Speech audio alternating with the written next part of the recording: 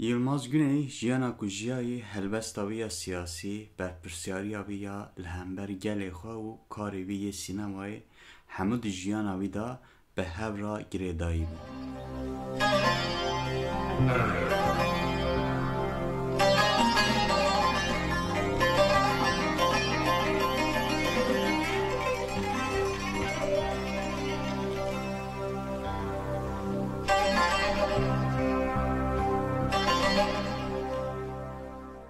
Jiyana wî gelek caran hatiye gotin, li ser vê pirtûk hatine nivîsandin, filmên dokümenterî hatine çêkirin, ne pêkan em rov di vê vîdyoyê de bişetin behsa hemiyê biket.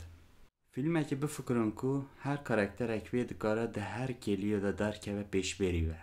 Dema ku hûn rûdinên û sohbetê di gelvan mirovan dikin, çîroka her mirovekî kurteya rewşa ku civak tê da ye dete pêşçav.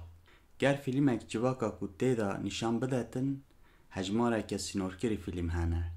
Yek ji wan jî bêguman filmê rê yê Yılmaz Güney ye.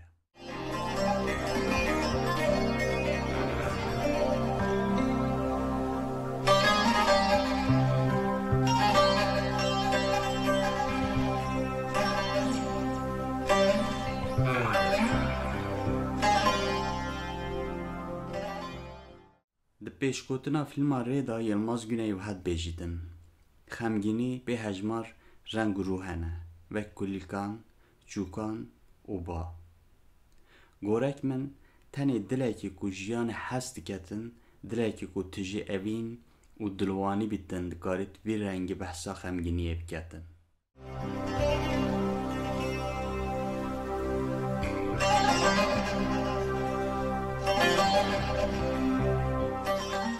Yılmaz Güney senaryoya vê filmê di girtîgehê de nivîsîtin. Bi alîkariya hevalên xwe yê li derve di şert û mercin zehmet da filmê çê diketin. Gerek em wihêj bibêjin, Şerîf Gören jî bi rêberiya Yılmaz Güney kedek serketî derhêneriya filmê diketin. Ji bo Yılmaz Güney rê çîroka esaretê ye hem li nava girtîgehê û hem jî ya jiyana derve ye. Güney di gelek beşên çîrokê de balê dikêşite li ser rewşa civatê ya wek di girtîgehê de.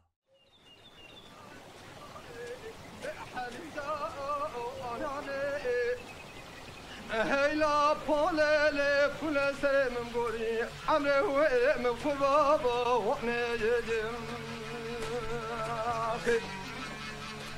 حلم حرام الله مجنار لما لا Film bi çavê pênc karakterên cida piskirekên civakî radixe berçavan. Em jiyana dijber a keseyetên bi navê wan Seyid Elî, Mehmed Saleh, Mevlûd, Ömer û Yusuf dibînin. Qefesa cûkan a di destê Yusuf da wek sembolekê nîşan didetin ku mirovên derve jî di girtîgehê de dijîn. Her wiha ew bextreşiya ku Yusuf di roja yekema betlaneyê da jiyayî ji nîşan detin ku çi ferqa derve û girtîgehê çinîne.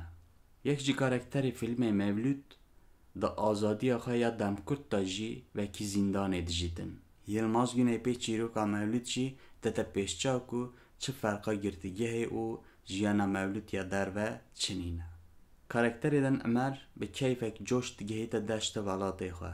Lêbelê Ömer jî ji ber pêvçûn û gulebaranê gundê wan yê li ber sînor keyfxweşiya xwe demek kurt didomînîtin. Jiyana gundê Ömer jî di bin bandora leşkerê sînor da wek girtîgehê tête nîşandan.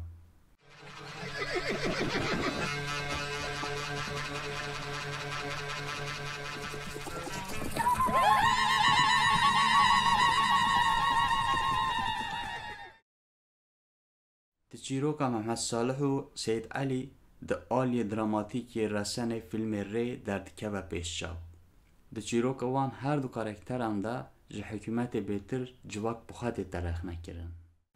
Dema ku Mehmed Salih di trênê de nêzî hevjina xwe dibîtin têne girtin. Ew bû yer jî aliyê civakê nayê qebûl kirin, civak êrişeke dijbar diçite ser serê wan, ew sahne jî sembola vê yekê ye ku di civakê de mirov jî wek girtîgehê jiyanê qedexe dikin. Karakterê ku Yılmaz Güney herî zêde li ser disekînîtin Seyid Elî ye. Bûyerek li serê jina Seyid Elî zînetê tin جبر وی بویره سید علی دناوا دبندیه داد بینیتن. آن دلگوری عادتین جواکی زینه بکجیتن، آنج دگورک بجدان آخوا و افو بکتن. سید علی و زینه دریویتیک دبن شرط و مرجن دجوار از زبستان دا دکون ریک جایی و کسین که فیلمین تماشا دکن جی برسوا پرسین دهشه خواه دا دوی ریویتیا دجوار یا جایی دا دبینن.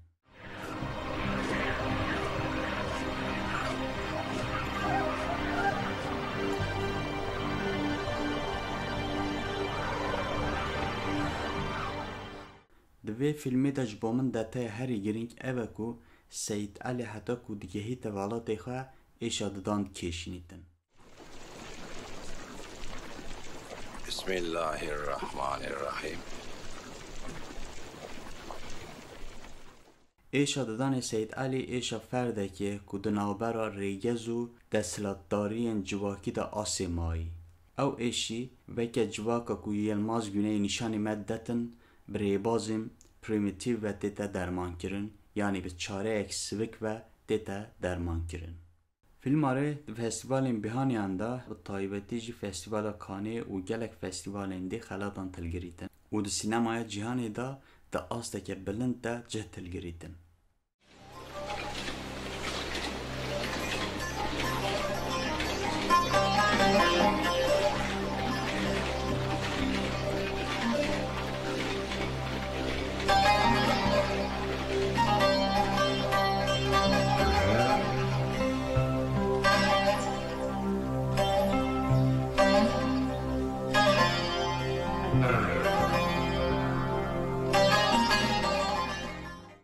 بله، سپاس بگو دار کرنه و دم باش حسکرین سینمایی.